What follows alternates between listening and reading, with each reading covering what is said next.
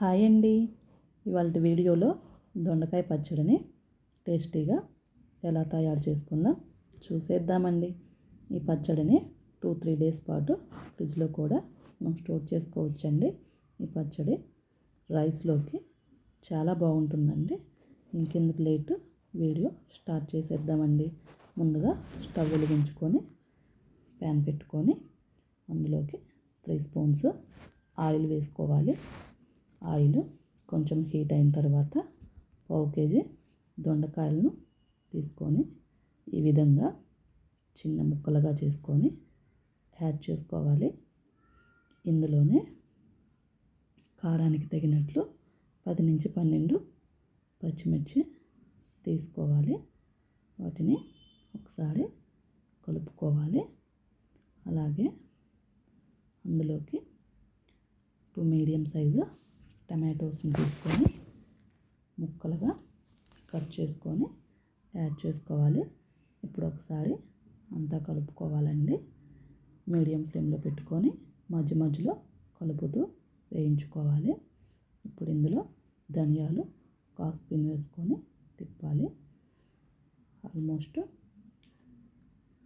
దొండకాయ టమాటా ముక్కలు వేగిపోయాయండి. ఇప్పుడు స్టవ్ మీద నుంచి దించేసి వేరొక ప్యాన్ పెట్టుకొని అందులో 2-3 స్పూన్స్ పల్లీలను తీసుకొని దోరగా కలుపుతూ వేయించుకోవాలండి. ఈ పల్లీలను మనము దొండకాయ ముక్కలతో పాటు అప్పుడే వేసుకోవచ్చు, కానీ మనం మిక్సీలో వేసేటప్పుడు అవి నలగవు కాబట్టి ఇలా విడిగా తీసుకొని వేయించుకుంటున్నానండి. ఇప్పుడు ఒక మిక్సీ జార్ తీసుకొని పల్లీలను ఇందులోకి ట్రాన్స్ఫర్ చేసుకోవాలండి. ఇందులోనే 4-5 వెల్లుల్లి రెబ్బలు, కొంచెం చింతపండు తీసుకోవాలండి. తీసుకొని మిక్సీ జార్కి మూత పెట్టేసి మిక్సీ పట్టాలండి.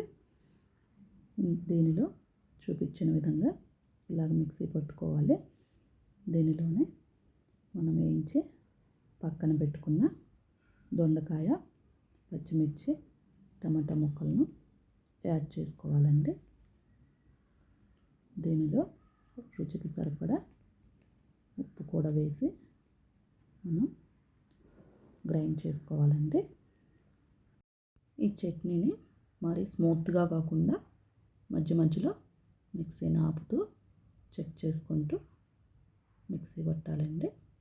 కొంచెం కచ్చాపచ్చాగా తగులుతూ ఉంటే బాగుంటుందండి. ఈ విధంగా మిక్సీ పట్టి పక్కన పెట్టుకోవాలండి. ఇప్పుడు పోపు కోసం వేరొక ప్యాన్ పెట్టుకొని అందులో 2 స్పూన్స్ ఆయిల్ వేసి పోపు దినుసులు వేసుకోవాలి. అందులోనే ఎండుమిర్చి, కరివేపాకు, కొంచెం ఇంగువ కూడా యాడ్ చేసుకోవచ్చండి. అవి వేయించాలండి.